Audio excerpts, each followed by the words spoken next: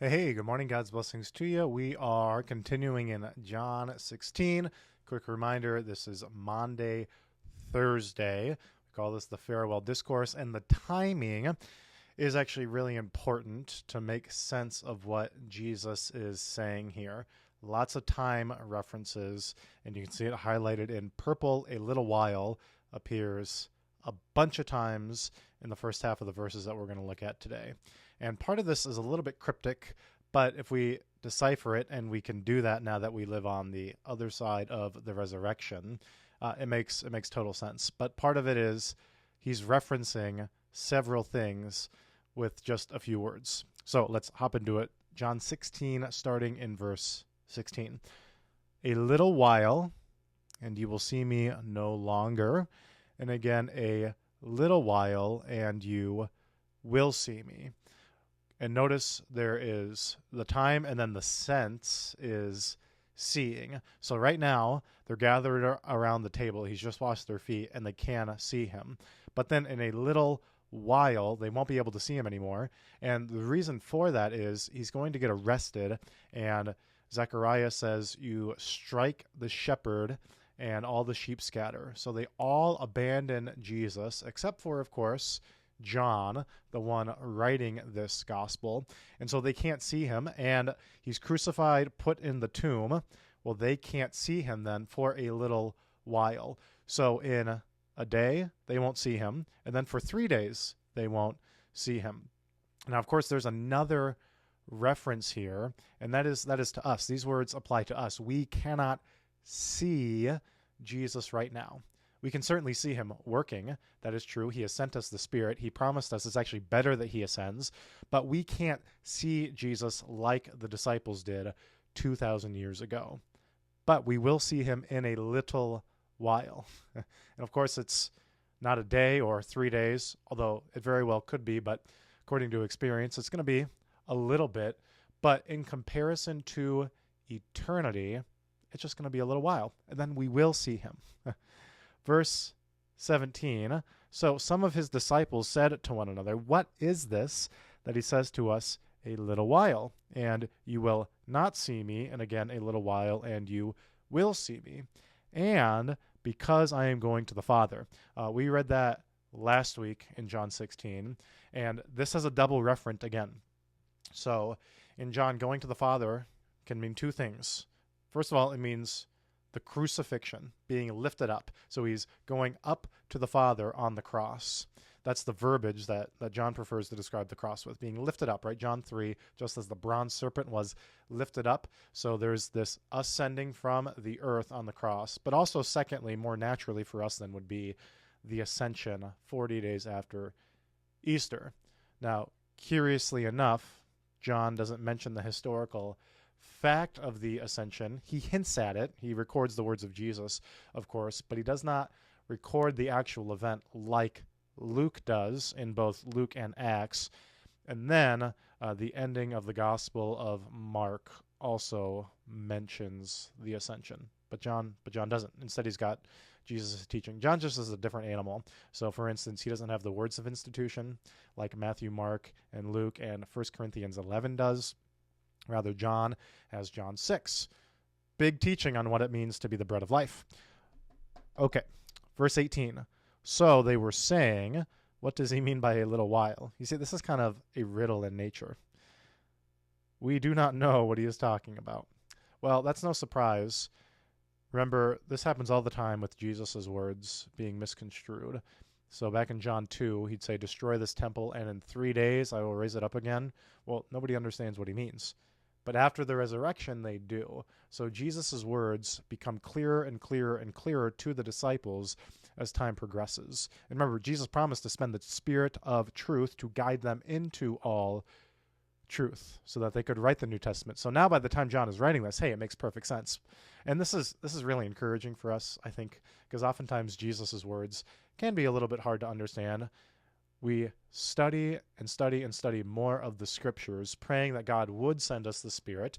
And he tells us to do that in Luke chapter 11, so that we could understand the scriptures even more fully, so that we can know God even more fully. And that's how the Spirit works. And eventually we do understand. Verse 19, Jesus knew. So you get this great contrast. The disciples don't know what he's talking about here, even though he's clearly told them at least 3 times. You read Matthew, Mark, and Luke, at least 3 times that he's going to the cross, he's going to die, and then come back from the dead. It's clearly what he's talking about. On the other, they don't understand it. But it says Jesus knew. Jesus knew that they wanted to ask him. And this gets at Jesus' omniscience, and we knew this all the way back in John 2. Of course, Jesus is God, so he knows all things. But John 2 says he would not entrust himself to men because he knew what was in the hearts of men. So Jesus knows all things. He knew that they wanted to ask him. So he said to them, "Is this what you are asking yourselves? What I meant by saying a little while, and you will not see me, and again a little while, and you will see me." You see, this just keeps getting repeated and repeated. Now, Jesus asks a question here. Of course, we know Jesus knows all things, but you see this rhetorical device that God does all the time throughout the scriptures. When God asks a question, he already knows the answer, but he's asking for our benefit.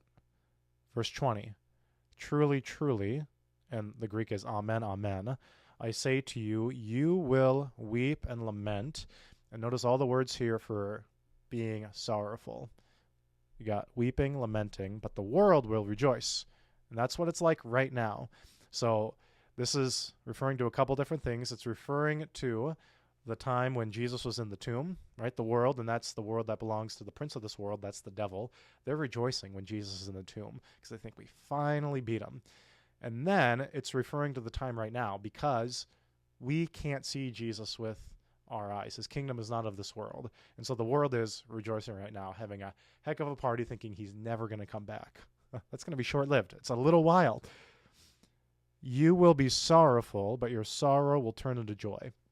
And I'm thinking, of course, of the Beatitudes. Blessed are those who mourn, for they shall be comforted. So the state that we're in right now, this isn't going to last forever. In fact, it's for a little while, just a little while. What's a few days, a few years, a few hundred years, a few thousand years in comparison with eternity? It's just a little while. Verse 21, and this is a great illustration. When a woman is giving birth, and according to my wife, that is painful, she has sorrow because her hour has come. And the hour, remember, Jesus has constantly called his crucifixion the hour. And he said on Monday, Thursday, "My hour has now come." And so now he's comparing, and we ran into this last week in John 16. Okay, our hour, right? And now a woman's hour, time to give birth. But when she has delivered the baby, she no longer is remember the anguish for joy that a human being has been born into the world. And Paul says this. He says the present troubles are not even worth comparing to the glory that will be revealed to us. So as hard as life can be right now, and Jesus isn't denying that. You're going to mourn, you're going to weep, you have great sorrow.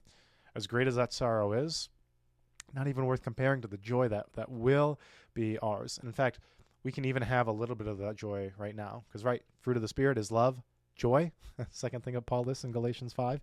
Verse 22, "So also you have sorrow now, but I will see you again." Again, he's going to see them in the first resurrection, that's Jesus' resurrection.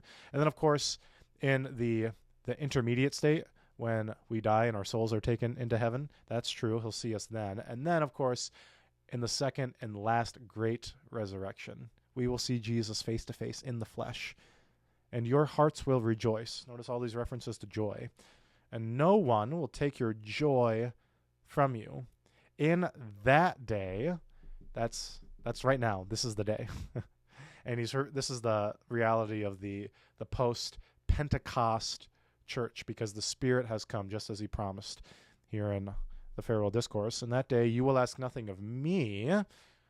Amen, amen, I say to you, whatever you ask of the Father in my name." We have direct access to God the Father through the Son. And that's the key there. Okay, whatever you ask in my name, that's always the very important qualifier. But you'll notice that Jesus talks about prayer and asking God for things lots and lots of times. And of course, the key qualifier, in my name.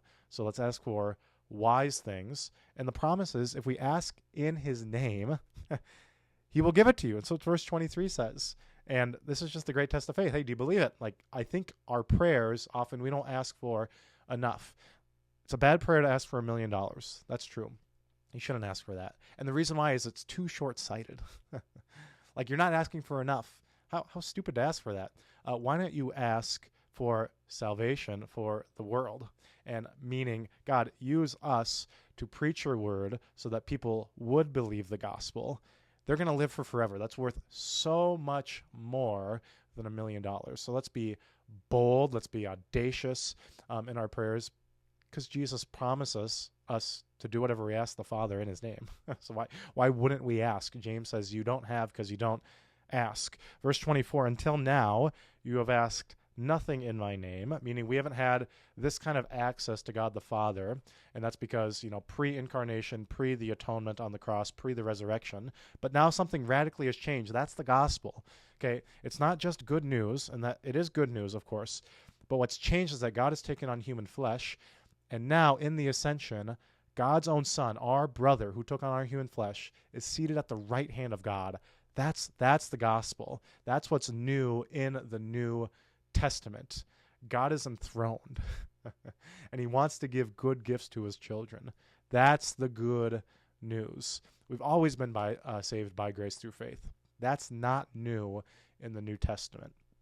What's new is the enthronement of God's Son as a human being, and this access that we have to the Father. Continuing with verse 24, ask, and you will receive, that your joy may be full. An overwhelming joy. I have come to give you life and to give it to you abundantly, he says in John 10. And we see this teaching in all the Gospels. Ask and you will receive. Seek and you will find. Knock and the door will be opened unto you. Jesus talked about prayer a lot, and I find myself talking about prayer a lot. And as we talked about on Sunday, this is us being the salt of the earth. You are the salt of the earth, Jesus says. And it really, this is the secret sauce, if you will. Prayer is so important for the life of a believer, because man does not live by bread alone, but by every word that comes from the mouth of God. And so pray. And when you pray, go into your room, lock the door, say your prayers in secret. There's an important private element of prayer, but there's also an important public element of prayer, and that's our light that we show before the world. This is the church service. And Christians, we've got to do both. So Paul says, pray without ceasing. Hey, keep praying without ceasing. And hey, we got this incredible promise from Jesus. And pray for good things. Pray for wisdom. That'd be great. Okay, we will continue in John 16 next week. God's blessings to you. Hope to see you soon. Thanks.